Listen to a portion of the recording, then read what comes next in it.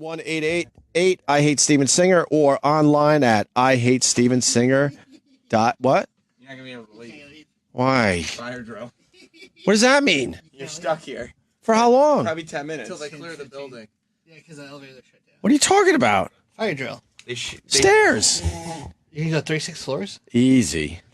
You cray. I could do 36 floors in 2 minutes, tops. Want to time me? Yeah. Get a camera, because I go fast. Who's going to keep up? Let's do this. I just do the trust system. What do you think of E-Rock and the quarters there, Roland? He's very upset. I would at least give him $8,000 Get the fuck out of for here. his suffering. Hopes they don't play that way. And What are you doing with that check there? That was a prop. I figured. That was a prop to throw you off. He thought something was coming. Oh, you think there's more coming? Get the fuck out of here. This was my prop to go, hey, see, I'm a good guy. Here's your check. And then, oh, wait You're not a doing minute. anything with it right now. are you going to make him pay for like a dinner to apologize, Opie? Travis, you want $200? Yeah, I'll take $200. I just want to avoid the fire drill. All right. E-Rock said I'm not doing anything with this check, so I'll give you $200. Shit, I'll take it. Ooh. You can buy himself a Pearl Jam t-shirt. I don't know how to spell your last name. TEFFT. Or to cash. Yeah, or cash. T what? EFFT. Okay. 2 Fs. You right. He just wrote Travis Teft on that check. You're not getting anything. I see that. But neither are you. Like that's. Why would I get something? He didn't get my phone number out on the air. You got me for lunch Yeah, I got today? you for lunch, Cool, buddy. man. Of course I do. This is, E-Rock said I wasn't doing anything with his check, so here's just a little taste. He really gave Travis. It's got his name on it, Eric. It's not for It's not for anyone. Little taste. That's your Pearl Jam money. Hey, look at that. A little taste. I didn't say it was a big taste. I said a little taste. Are you excited? About Pearl Jam? Yeah. I can't fucking wait. It's going to be great. How do I get the new album? It's on my desk. Or Do you have an extra copy? I do. Do you Or want the it? 3,000 for real, you I saved do. on Eric, you could buy it. What happened? The 3,000 you saved on Eric, you could buy it. Dude, he's so mad. Oh, Eric, I don't care. It's over. It's over now. No He's joke. There's a smiling. $200 check in my pocket. Yeah. And he's the talk of the whole building. check the It figure becomes on a it? thing. No, I didn't. Hey, you hear what happened with Eric today? He loves it. He does. Negative attention, positive I attention. played into his very soft heart. Yes, I check. Soft outer shell. Get that. I played right into it. Yes, Are you now? he's a softie when it comes down to it. I played right into that today. You forgot Very to sign the soft. check, Opie. What? You forgot to sign the check. I really can't leave, No, you can't leave. You can't because you forgot to sign the check. dude. I can't leave because of this stupid fire drill. Is it over? They'll make you sit there. Am I on the air? No. Yeah, Oh, we're on the air. Yeah. I had to do a live read, and then they told me I can't leave because of a fire drill. Do what you want. Huh? You can leave. No, the elevators don't work. Oh. Where are they now? Where are the people? They're all standing in the hallway. Holy shit! All right. You can start. Oh, let's go. Call. Fuck you guys doing? Just fucking around till you got back. No, not you. What the fuck? I mean the people. Well, have them call. Give out the number, and they'll What's be the calling number? in seconds. What's the number? 866-969-1969. All right, Thank call. you. Jim Yeah, Norton's call. advice show has officially begun. And maybe the Opsters my guest on the show. Maybe E-Rock and Sam will all pretend they're doing something and try. I've never had such a nice crowd for the advice show. We all need help, Jim. Absolutely. Everyone here needs a little bit of fucking assistance. Ant snuck out just in time. Fuck. Eric needs help. He needs to know what to do when Opie just gave me $200 instead of Eric. Eric got cocky. He saw that I had a blank check, and I said it was a prop to throw him off a little bit. Like, here's your fucking money. And then I'm like, oh, wait a minute. And then the big reveal, which we Sure. did, blah, blah, blah.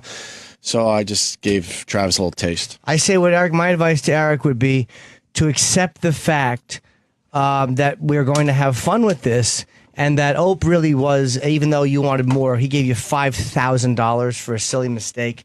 That honestly wasn't a mistake. That's the problem.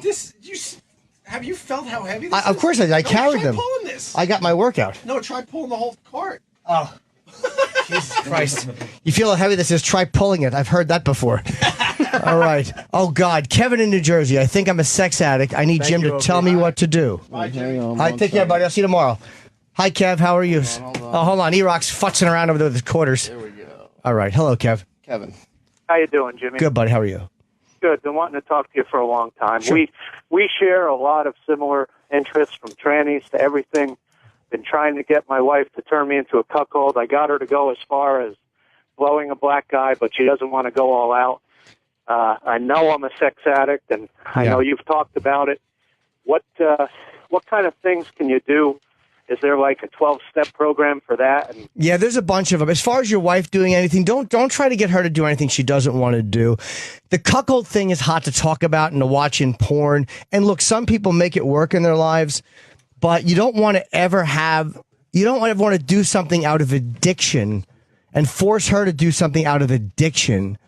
Because it's almost like, making somebody do something because you need to drink. Like, you don't want to go that far and do that. The meetings, there are meetings. There's SLA, SA. There's a bunch of 12-step meetings that deal with sexual addiction. So you can pick any one of those and go to it, figure out which one works for you. That's what my suggestion would be, to go to a 12-step meeting, okay? have you done stuff like that before? I've gone to certain 12-step meetings. The only reason I don't mention program names on the show is because these programs typically request anonymity at the level of press, radio, and film. So I respect their request for anonymity. Yeah, I can appreciate that. It's just hard for me to understand how that sex addict thing can work because, you don't want to give it up. Sure, of course not. It feels good. Yeah. But the price to pay for it is not worth it. What it does to relationships, as they say, a path of human wreckage that we leave behind us, the way we see other people as mere objects in a fantasy or actors in our play, and we don't see them as fucking people with needs and feelings. They're all just means for us to get a dopamine drip and come. I mean, it really is an ugly way to be. It is, and it's just amazing how similar you and I are in our interests and everything you talk about. So I listen to you all the time, especially on Wednesdays, just because of everything and how similar we are. So I appreciate the help. Well, thank you, buddy, and good luck to you, man. Try one of those 12-step meetings. Go online, Google it. You'll absolutely find a 12-step meeting that you can go to, and I would suggest going, just being open-minded. You may or may not stay, but go, okay? I really appreciate it, man. And I saw you in Montclair at the Wellmont. You were great. Thank you, buddy. I appreciate it. Have a good night. Let's see. Rick in Boston cheating on his wife with Asian massage parlors and feels guilty, of course. Hi, Rick. Hey, Jimmy. Hey, man, I just want to know if I don't go to the full service massage parlor. Right. I just go to like the rub and tug basically, and I've been getting more and more addicted to them. Like it started out like once a month, or only when I traveled, and now it's turning into like once a week. Sure. And now it's turning into like maybe twice a week. And my wife doesn't give it up at all. We might have sex like once or twice every 6 months.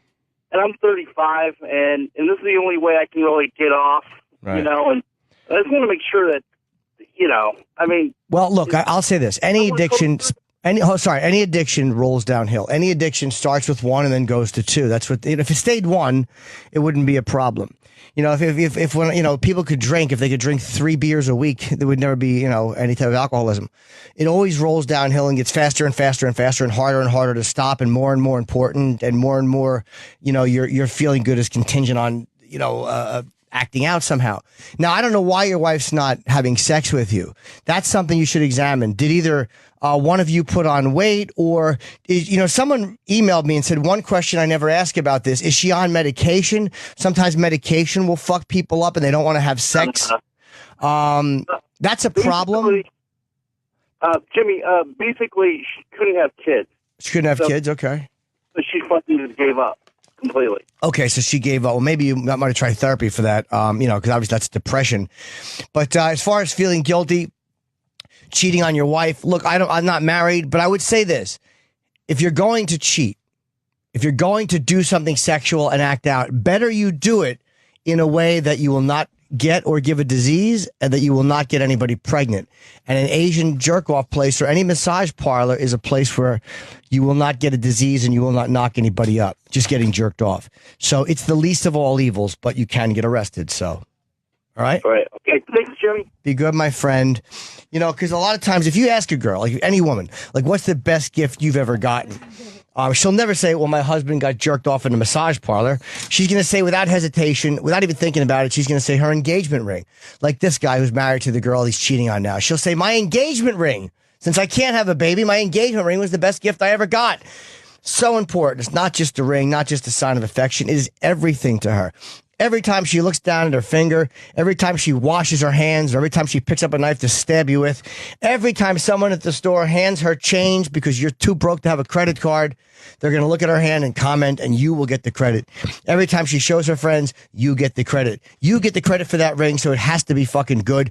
Steven Singer understands that. Steven Singer Jewelers, they have the perfect system to make sure you get the perfect ring. Steven understands how important this is, and it's completely painless. So many of our guys, Opie is gone, E-Rock is gone, Sam is gone. They made this trip to Steven Singer. What are you waiting for? If it's good enough for these superstars, it's good enough for you. You go online, IHateStevenSinger.com, or you go to a store at the other corner of 8th and Walnut in Philly. If you're one of these psychos like the Unabomber who hates technology and hates computers, but you need a ring, go to the other corner of 8th and Walnut. 100% money back guarantee. You get the best service, the best value, and the best experience. Steven Singer is the real deal. He's a guy you can trust, and it's the most important gift you're ever going to give. 1-888-I-HATE-STEVEN-SINGER. Or IHateStevenSinger.com. Now, let's see. Sean in Tennessee is 28 with a girlfriend, met another gal. Uh-oh. What's up, Jimmy? Hi, buddy. Turn the radio down behind you. Thank you. Okay. I love the show, man, by the way. I appreciate that. Man, I've been dating this girl for a little over 2 years now. She's a little bit younger than me, and she's, like, really wanting to get serious and stuff, like always wanting, fresh to me, like, to look at, like, wedding rings and stuff like that, and I'm just not ready to get locked down all the way. And I play music, and I was at a music festival about 2 weeks ago, and I met another girl, and we kind of like hit it off really well, you know. And I'm in a corner. I don't know really what to do. I mean, I really want to get to know this other girl, but I don't know what to do. Well, how long you been with this girl? About 2.5 years. And she's already pressuring you for marriage, and you don't want to do it before you met this other girl? Yes. Yeah, you know, man, that's what women make a mistake with. Like, a lot of times guys will sit on our asses forever. But after 2 years, you're not even 30, and she's nagging you, and they wonder why we want to go out and fuck someone younger. I mean... She's not even wanting to have sex. Yeah, that's... Well, look, my suggestion would be to do what your gut tells you. Like, if you want to talk to this other girl, you're not trapped in that relationship. You're not married to this girl. So if she's nagging you and annoying you about getting married, and you're not fucking... and you meet someone else, well, maybe you break up with this girl and then take a shot with the new girl. But I try not to cheat. As much as I've cheated in the past, I would suggest you don't want to cheat on the girl, because that's kind of an ugly, empty thing to do. I don't want to lie to her either. So, you know, I just really don't know what to do right now. It's just my boss has tried helping me, telling me what to do, and I don't know what to do. Well, I'll say, you know, there's no one's going to give you the answer. What you're looking for is the magic answer, which makes it painless and risk-free. And you're not going to get that. You're either going to have to risk losing this girl who you're dating and realizing you fucked up, or hurting her feelings and then moving on to a cool new chick. Either way, there's a risk. You know, but if this girl's not having sex with you and you just don't want to get married right now, I don't see any reason why you'd be in the relationship. Anytime a girl's not fucking you or your husband's not fucking you, that's a bad thing. Okay. Okay? Well, thank you, Jimmy. I really appreciate it, man. All right, buddy. Good luck to you, okay? Let's see. Chris in Boston likes to jack off in public toilets while looking at porn on his phone. Hi, Chris. How you doing? Hi, buddy. What is it you like about that? I don't know. It's just like I sit down to go to the bathroom and, you know, I put my phone out and just go to town. I don't know. I mean, clean bathrooms, dirty bathrooms, just bathrooms itself. Are you having gay sex at all? Are you craving other guys to catch you? Nope. Okay. Not at all. Looking at girls, you know, lesbian porn. I'm not, no. It's like I said, it can be a clean bathroom. It can be a filthy bathroom. Well, how about this? Do you have no privacy at home? Well, yeah, I'm, you know, married with, you know, 4 kids, so I don't have privacy at home, but I just don't know why I choose the public restroom, because I can just do it at my house in the bathroom with the door locked. Oh, okay. Well, maybe also you don't have the couple of reasons, possibly. The energy of your family is in that house. The energy of your children. You know, it might be a little harder to be pornographic with the fucking over the same toilet that you're fucking, you know, or look over to the left and you see your kid's teddy bear toothbrush. Maybe that's not as exciting to you as just being dirty. It's almost like going into a public bathroom feels dirty, and it feels kind of risky, and it feels non-family energy. I don't know. It's like when I'm about to finish, I like bend it down and like go down into the toilet, and that almost feels it almost feels better doing it that way than an actual, like bending it, pushing it down and bending it. As you like the aiming it into the toilet and coming that way? Yeah, like bend. You know what I mean? Like bending. Yeah, exactly. Shooting it into the toilet, bending it down. Well, I mean, look. Kind of feels like, I don't know. It's the motion. I don't know what it is, but it's just. Well, it's part of your ritual. Maybe it's part of your ritual. Yeah. Maybe this whole little naughty thing you've discovered, this whole dirty thing that enables you to not be a family guy for that period of time. You're not a husband at that period of time. You're not a dad. You're just a dirty guy. You know what I mean? And you're getting to just jack off in a toilet alone and no one can bother you. And part of the ritual is feeling that cum in the toilet. And who knows? Because you could easily do that at home in the bathroom. So it's got to be something psychological with getting away from the family. Thanks, Jim. That's my guess. Good luck, man. I don't see anything wrong with that. As long as you don't start putting your dick through a hole in the wall. Let's see. Melissa in Wisconsin, wondering why her husband doesn't want relations. Hi, Melissa. Hi, Jimmy. How are you? Good. How are you? Good. Let me just give you a little bit of background. I've been married for 15 years. Okay. This is not a recent problem. This has been going on since we were first married. I thought that once we lived together and were married, he would want to have sex more, but he didn't. Why doesn't he? Have you talked to him? Well, yeah, I have talked to him. It's because his performance is shitty. Okay. So we've worked on that, and he was supposed to do some exercise and stuff that he never did. Does he lose his erections or come too fast? Came way too fast. Okay, so his performance is shitty, and is he embarrassed about that? Yeah, he is, but we went to see someone about it, and he was supposed to do exercises to correct that years and years and years ago, and he just never did it. Okay, does he masturbate a lot with porn? I think he does, although, I haven't, he must hide it, but he has to. Well, that's not fair of him to not give you sex. And if he comes quick, but he gets his erections, right? Yeah. Have you put weight on? I'm just No. Okay. No.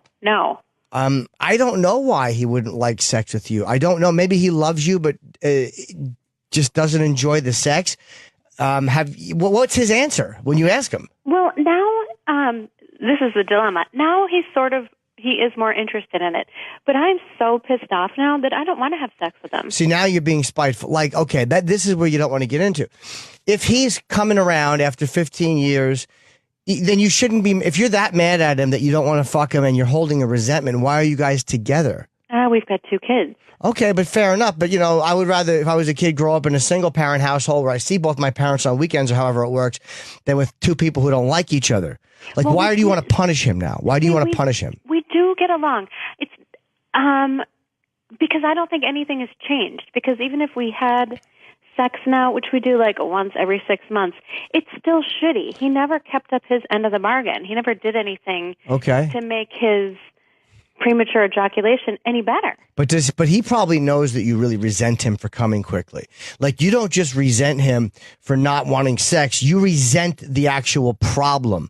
Like, so he probably senses and feels that. Like, when you're disgusted with him and his little fucking quick coming and yuck. No, I never say anything like that. No, you don't have to. We pick up stuff from each other. It's almost like you can feel when you're being followed, or when you get on an elevator with somebody and they want to stab you, you can feel the energy. He probably feels that resentment or that disgust you have. But then why wouldn't he do something about it? Well, that's, again, a good question. I can't speak for him why he wouldn't. Maybe, people get caught up in this, they get caught up in this pattern.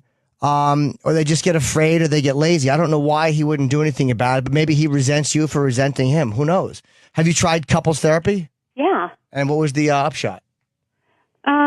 Set up a date night, do it, every Saturday night or whatever. And that's fine, except that it fucking sucks.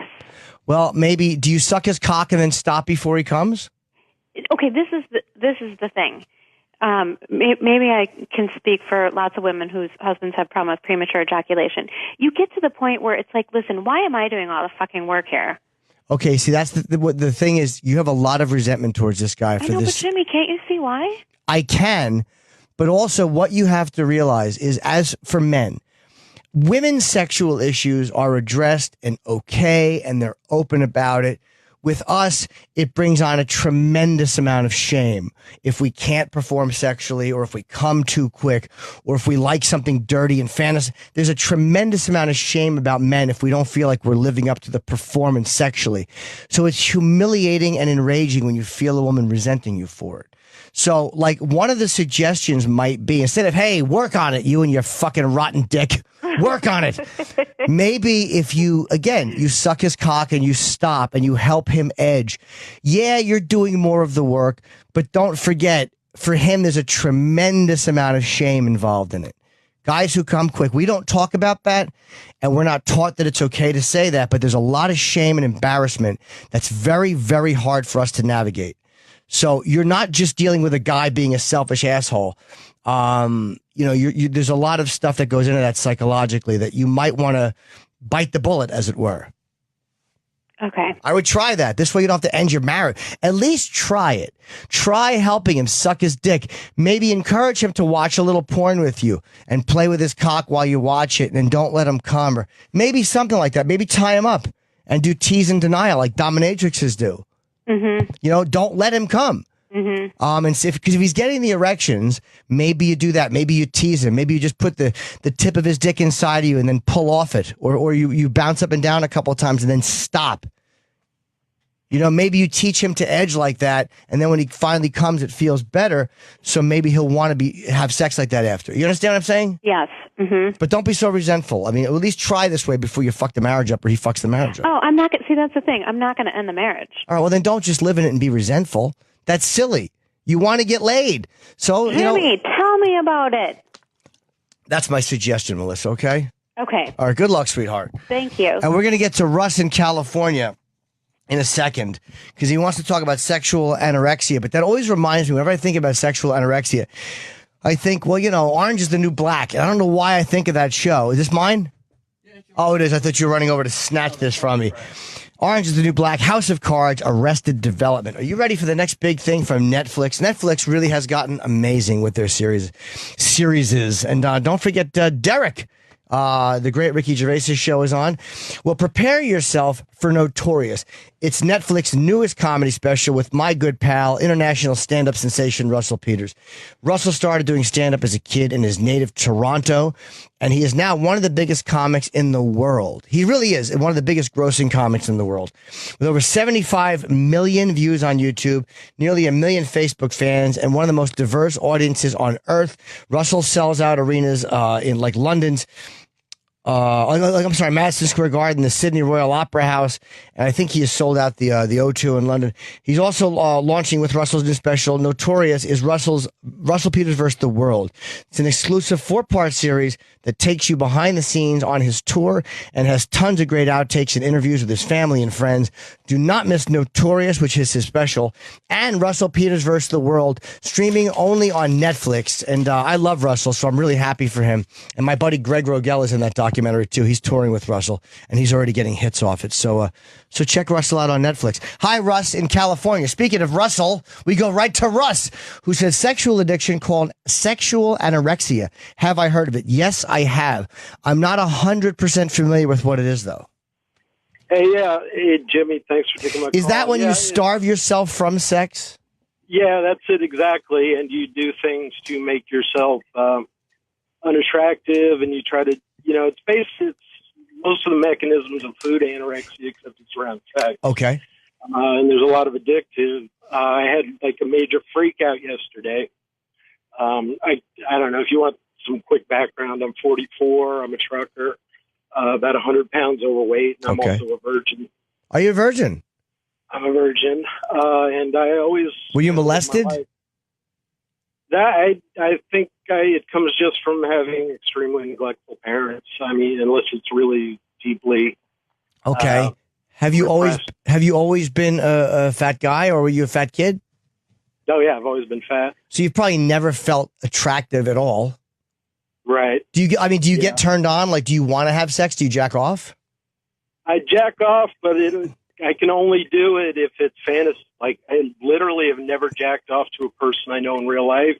Right. If I see somebody, and even like a celebrity or a porn star, and I get, I see a bio or I see an interview or something, I'm immediately turned off to them. It has to be totally fantasy, So basically, they have to be objects to a certain degree. Like, and again, I have only a little knowledge of sexual anorexia from what I've heard in certain 12-step groups. But what it sounds like to me is this, like you said, your parents were neglectful. So maybe you have this whole lack of connection thing. Like, you don't want to have any true bond or true deep connection. Or maybe the risk of sex will get you so into somebody mentally, and then they own you or they have something over you. But it sounds like a complete avoidance of any connection with a real person. Yeah. Even your job. Are you an over-the-road trucker? Yeah. Yeah. Even your job takes you away from any centered. Well, I mean, that's kind of why I ended up, I think, doing this. But I was kind of, I was going to ask you, like, if I went to like a SA or the other places you were talking about, do they do any kind of, has it been heard of in those groups, Oh, God, yeah.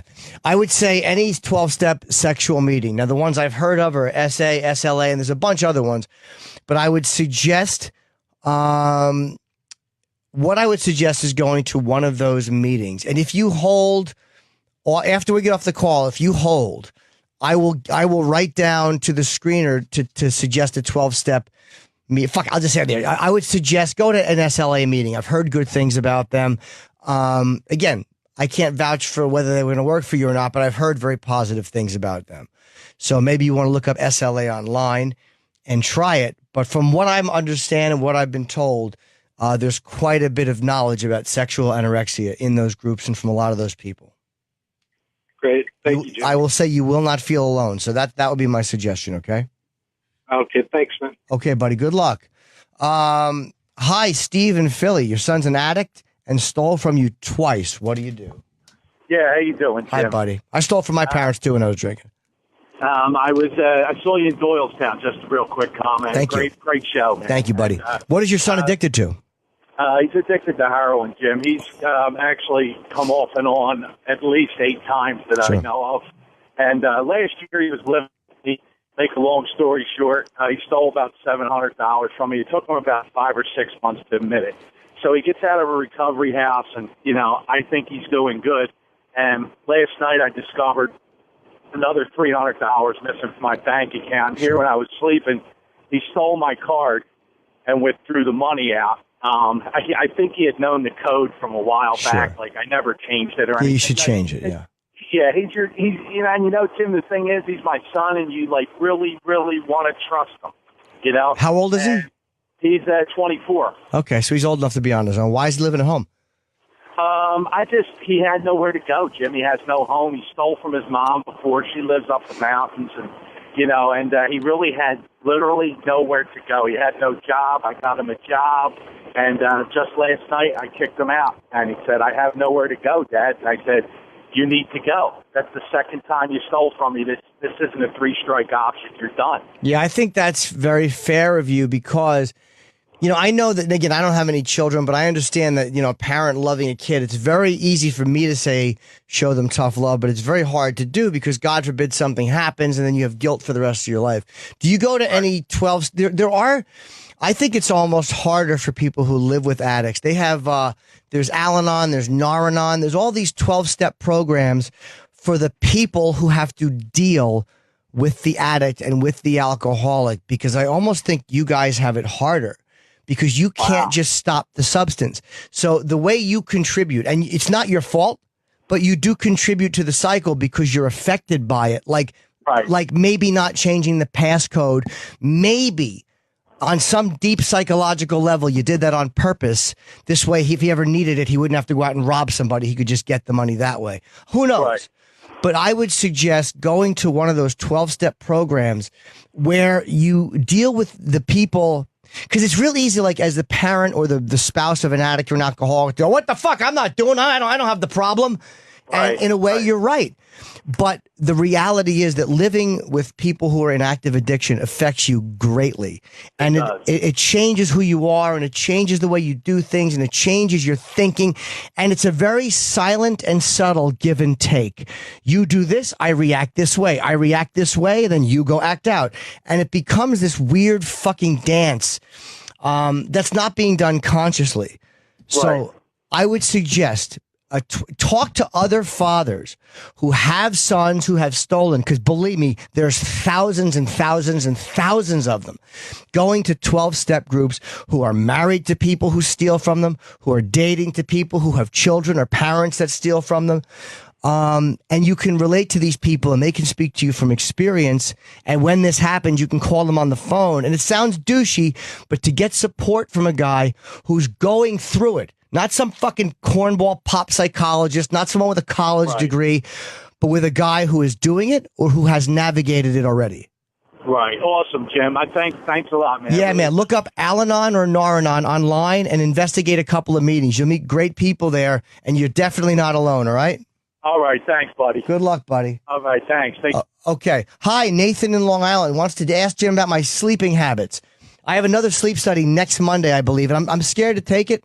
It's for my the final test I'm taking is for the mask for central apnea and for complex apnea, which is the central and the obstructive.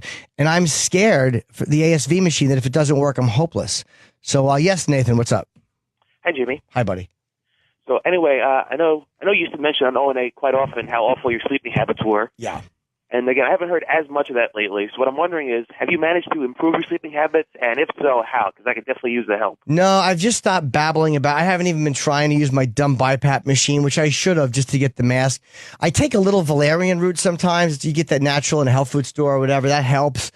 But my problem is that I don't sleep properly when I am asleep. So I need the mask. The next step is, I think I've kind of stopped talking about it because A, it bores everybody, and B, I know that I have this test coming up, which I've pushed back once because I was in LA, and I'm scared to take it.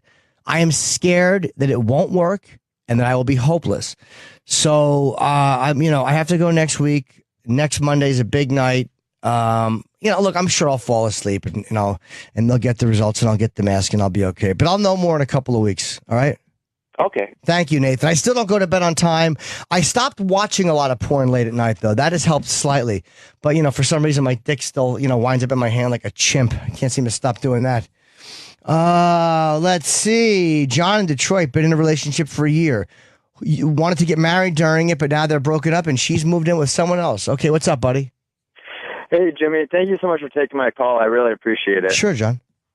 Hey, so basically, here's the thing is that I did this girl for about a year and a half. We were a long-distance relationship, and during that time, I was trying to get into medical school as well. So she kind of took a back seat. She wasn't really my top priority, and we talked last night, and she told me she felt like she was my fourth or fifth priority, but she really did see settling down with me. Okay. So, but we broke up about a year ago, and it's been killing me.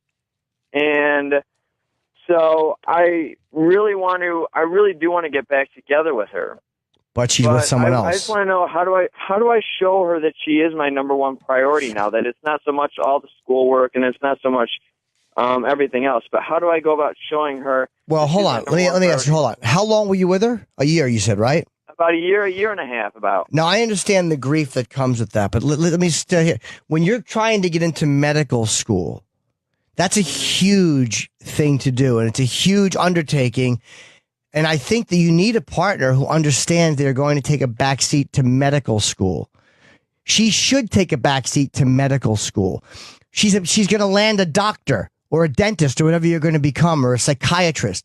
She's going to land a fucking doctor. So I think that someone has to be willing to take a backseat to that. Is she living with someone else? She is. That's the big thing, is that she has moved on. She's living with somebody else right now.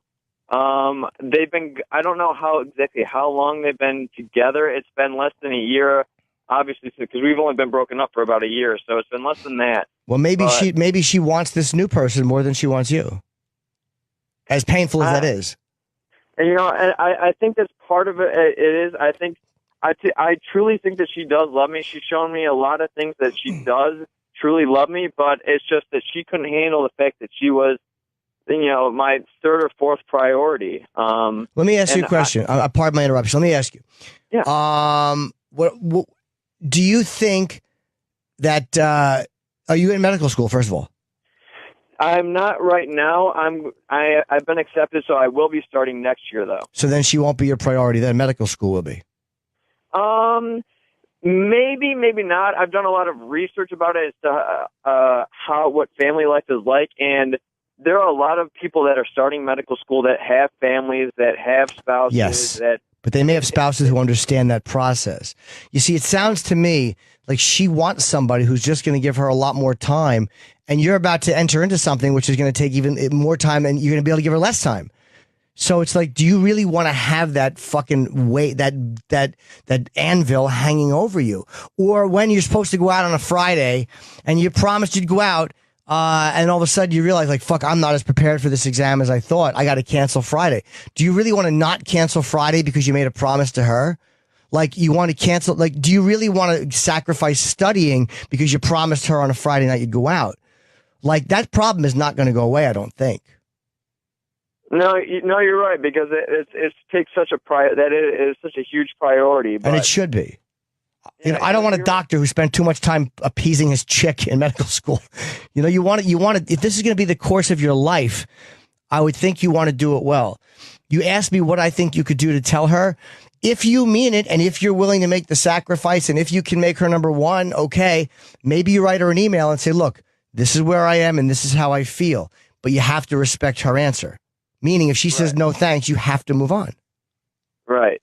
And that's my big thing, is because we just talked about it last night, because it was, like I said, we were long distance, and last night I finally was able to tell her how I feel, but I don't know, how do I move on from this? How do I kind of get her out of my mind? Because I, to be honest with you, I think about her constantly, and I can't get her out of my mind. Have you dated anyone else? No, I've tried. I've gone on multiple dates with a number of different girls, but at every single time I always just end up disappointed that it's not her that's sitting across the table from me. Did she break up with you? She did. Okay, that sometimes that makes it harder, because the control, we feel like we want it to end differently, or we have unfinished business with the person. A long distance relationship too is easier to idealize a person, because you're not with them every day. It's easier to go, wow. And how about looking at the fact that her breaking up with you because you're trying to get into medical school is a little bit selfish. And she will do the same thing while you're in medical school. That won't change. And if she's moved on, the only way you can get on with it is you have to get on with it. And you have to accept the fact, and I know that's easy to say, but you got to accept the fact that she's moved on. If that's what comes of it, the way to move on, dude, is just start dating other people, get your fucking ass into medical school, and realize you are probably going to be way more successful than whoever she marries. Okay. And I know that that's not a great pain pill right now, but how old are you? I'm 24. Yeah, I know. And I know it's easier for me to say I'm at almost twice your age. You will absolutely forget this chick. And I know it doesn't seem like you will. You will absolutely go through medical school and be a doctor and fucking have a great life and have 2 cars and a 6-bedroom house. And I'm telling you, go to medical school. Don't get sidetracked by some bullshit chick who, I'm sure she's a great girl, but by some bullshit girl who's going to give you flack about trying to get yourself into medical school. What kind of work does she do? So she's kind of an anomaly. She actually was accepted to a medical school as well, but she's kind of like very family oriented, and so she put that off for a while and to kind of take care of her sister. So. Oh, okay. Okay, maybe she's a nice person. But I would suggest go to medical school. Let her take care of her sister and live with the new guy and be a fucking dental assistant while you're over there making the big bucks. All right. Well, thank you so much, Jimmy. I really appreciate all your help. Okay, man. I really hope that I can help you there. Now we have to wrap up because I have a read. But let's just go really quick. Mark in New York doesn't understand why the ex won't come back, but still contacts you. Yeah, Jimmy. She basically, give you a very brief synopsis, as I know you got to wrap the show up. But basically, 3.5-year relationship. We broke up numerous times, got back together. Now she's with another guy for about 1.5 years. And throughout the 1.5 years, she continually, at least once a month, comes back and fucks me. Yeah. The new guy has a small dick. It's not passionate enough. Blah, blah, blah, blah. And basically, it's fucking me up because I have a new girl who I'm absolutely in love with, but I can't get her off my mind. I understand the attraction. Here's what it is. I hate to say it like this. She wants her cake and she wants to eat it too. She wants what she wants. She wants the combination of you two. And she also likes knowing you're there just in case things with him don't work out. She likes keeping you on a little fishing line because, and you kind of like the same attraction. You obviously like the idea of knowing, hey, it's a possibility just in case. You both got to let go. If she can't let go and you really like your new girl, then fuck it. You got to let go because you're going to wreck your new relationship over a girl who obviously wants to be with someone else and is selfish enough to keep you on a string. I agree. You know, I keep hearing that. The only thing is, like the last gentleman just said, I can't get her off my mind. Only due to the fact about the passionate level of sex that we Understandable. But you can get her off your mind. You're choosing not to. You're choosing to idealize her. And again, that would be my suggestion. Cut it off. It will hurt for a while, but if you really like this new girl, fuck it, man. Give the new girl shit that she deserves. The old girl's with someone. Fuck her. Stick with the new girl who's giving you everything. Copy that. Good luck, my friend, okay? Eddie Vedder, Stone Gossard, Jeff Ament, Mike McGreedy, and Matt Cameron make up, obviously, Pearl Jam, one of the most popular and influential bands of the past 25 years. From their debut album 10 in the early 90s to their newest release, Lightning Bolt, Pearl Jam remains a major force in rock. The band's extreme loyalty to their fans, strong social and political principles, and restless experimentation are at the core of their continued success. The album is produced by Grammy Award-winning producer Brendan O'Brien, who's been working with Pearl Jam since the release of Versus 20 years ago. Lightning Bolt includes the singles Mind Your Manners and Sirens. The band is back out on tour in North America supporting Lightning Bolt and continuing to thrill their fans with an amazing live show. Check out PearlJam.com for the latest news on the band, their current tour dates, information on how to join their official fan club, the 10 Club, and their brand new album Lightning Bolt, which is available on iTunes now. And Pearl Jam is out on tour. That's a big news for Pearl Jam fans. I should have had Travis read this so I could throw tennis balls the entire time at his fucking dumb face because he loves Pearl Jam. Thank you guys for the call. The guy and Andrew in Atlanta going to see Bob Kelly has a comedy show question. I would just say enjoy Bob Kelly. That's my answer. Thank you guys for your calls, and I'll see you tomorrow morning on Opie and Anthony. Jim Norton is now done dealing with your bullshit. He'll be back next Wednesday at 10 a.m. Eastern, 7 Pacific. But you can listen to episodes of The Jim Norton Show whenever you want. Go to SiriusXM.com/on-demand for details.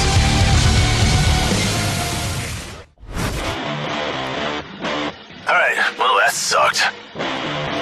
To hear the Opie and Anthony Show 5 days a week live on satellite radio, online on your phone or tablet, or even on demand, go to SiriusXM.com. Also, interact with the Opie and Anthony Show on Twitter, at Opie Radio, at Anthony Cumia, and at Jim Norton.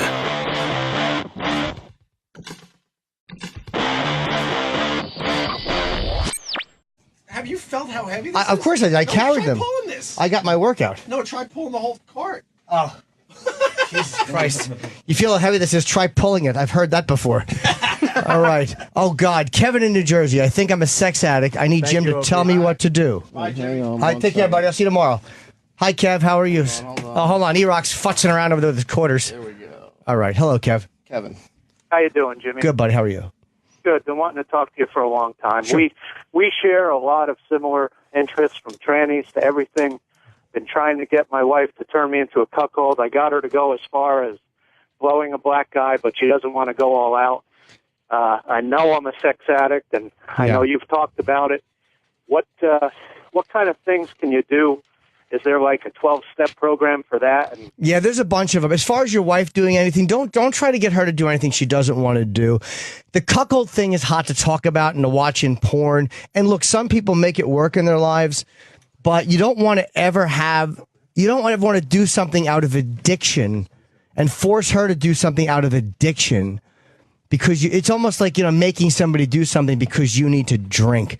Like, you don't want to go that far and do that. The meetings, there are meetings. There's SLA, SA. There's a bunch of 12-step meetings that deal with sexual addiction. They'll make you sit there. Am I on the air? No. Yeah, we're on the air. Yeah. Oh. I had to do a live read, and then they told me I can't leave because of a fire drill. Oh, do what you want. Huh? You can leave. No, the elevators don't work. Oh. Where are they now? Where are the people? I'll stand in the hallway. Yeah. Holy shit! All right. You can start. Oh, let's go. Call. What the fuck are you guys doing? Just fucking around till you got back. No, not you. What the fuck? I mean the people. Well, have them call. Give out the number, and they'll What's be the calling number? in seconds. What's the number? 866-969-1969. All right, call. Jim Norton's Advice Show has officially begun. And maybe the Opster is my guest on the show. Maybe E-Rock and Sam will all pretend they're doing something and try. I've never had such a nice crowd for the Advice Show. We all need help, Jim. Absolutely. Everyone here needs a little bit of fucking assistance. Ant snuck out just in time. Fuck. Eric needs help. He needs to know what to do when Opie just gave me $200 instead of Eric. Eric got cocky. He saw that I had a blank check, and I said it was a prop to throw him off a little bit. Like, here's your fucking money. And then I'm like, oh, wait a minute. And then the big reveal, which we did, blah, blah, blah. So I just gave Travis a little taste. I say my advice to Eric would be to accept the fact that we're going to have fun with this, and that Ope really was, even though you wanted more, he gave you $5,000 for a silly mistake. That honestly wasn't a mistake. That's the problem. T? Okay. 2 Fs? E-Rock, he just wrote Travis Teft on that check. You're not getting anything. I see that. But neither are you. Like, that's... Why would I get something? He didn't get my phone number out on the air. You got me for lunch I got today? you for lunch, Cool, buddy. man. Of course I do. This is, E-Rock said I wasn't doing anything with his check, so here's just a little taste. He really gave Travis... It's got his name on it, Eric. It's not for It's not for anyone. Little taste. That's your Pearl Jam money. Hey, look at that. A little taste. I didn't say it was a big taste. I said a little taste. Are you excited? About Pearl Jam? Yeah. I can't fucking wait. It's gonna be great. How do I get the new album? It's on my desk. Do you have an extra copy? I do. Do you or want the it? 3,000 for real, you saved okay. on Eric, you could buy it. What happened? The 3,000 you saved on Eric, you could buy it. Dude, he's so mad. Oh. Eric, I don't care. It's over. It's over now. No He's joke. smiling. There's a $200 check in my pocket. Yeah. And he's the talk of the whole building. the It thing becomes like a that? thing. No, I didn't. Hey, you hear what Oh, happened with Eric today? He loves it. He does. Negative attention, positive I attention. played into his very soft heart. Soft outer shell. Get that. I played right into it. Yes. Oh, you know. He's a softie when it comes down to it. I played right into that today. You forgot to sign the check, Opie. What? You forgot to sign the check. I really can't leave? No, you can't leave. You can't because you forgot to sign the check. Dude, I can't leave because of this stupid fire drill. Is it over? So you can pick any one of those and go to it, figure out which one works for you. That's what my suggestion would be, to go to a 12-step meeting, okay? Have you done stuff like that before? I've gone to certain 12-step meetings. The only reason I don't mention program names on the show is because these programs typically request anonymity at the level of press, radio, and film. So I respect their request for anonymity. Yeah, I can appreciate that. It's just hard for me to understand how that sex addict thing can work because, you don't want to give it up. Sure, of course not. It feels good. Yeah. But it's the price to pay for it is not worth it. What it does to relationships, as they say, a path of human wreckage that we leave behind us, the way we see other people as mere objects in a fantasy or actors in our play, and we don't see them as fucking people with needs and feelings. They're all just means for us to get a dopamine drip and come. I mean, it really is an ugly way to be. It is, and it's just amazing how similar you and I are in our interests and everything you talk about. So I listen to you all the time, especially on Wednesdays, just because of everything and how similar we are. So I appreciate the help. Well, thank you, buddy, and good luck to you, man. Try one of those 12-step meetings. Go online, Google it. You'll absolutely find a 12-step meeting that you can go to, and I would suggest going, just being open-minded. You may or may not stay, but go, okay? I really appreciate it, man. And I saw you in Montclair at the Wellmont. You were great. Thank you, buddy. I appreciate it. Have a good night. 1-888 I Hate Steven Singer or online at IHateStevenSinger. What? You're not going to be able to leave. Why? Fire drill. What does that mean? You're stuck here. For how long? Probably 10 minutes. Until they clear the building. Yeah, because the elevator shut down. What are you talking about? Fire drill. Stairs. You can go 36 floors? Easy. You cray. I could do 36 floors in 2 minutes, tops. Want to time me? Yeah. Get a camera, because I go fast. Who's going to keep up? Let's do this. I just do the trust system. What do you think of E-Rock and the quarters there, Roland? He's very upset. I would at least give him $8,000. Get the fuck out of For here. his suffering. Hope they don't play that way. And What are you doing with that check there? That was a prop. I figured. That was a prop to throw you off. He thought something was coming. Oh, you think there's more coming? Get the fuck out of here. This was my prop to go, hey, see, I'm a good guy. Here's your check. And then, oh, wait You're a not doing minute. anything with it right now. Are you going to make him pay for like a dinner to apologize, Opie? Travis, you want $200? Yeah, I'll take $200. I just want to avoid the fire drill. All right. E-Rock said I'm not doing anything with this check, so I'll give you $200. Shit, I'll take it. You can buy yourself a Pearl Jam T-shirt. I don't know how to spell your last name. TEFFT. Or T Cash. Yeah, or cash. T what? EFF.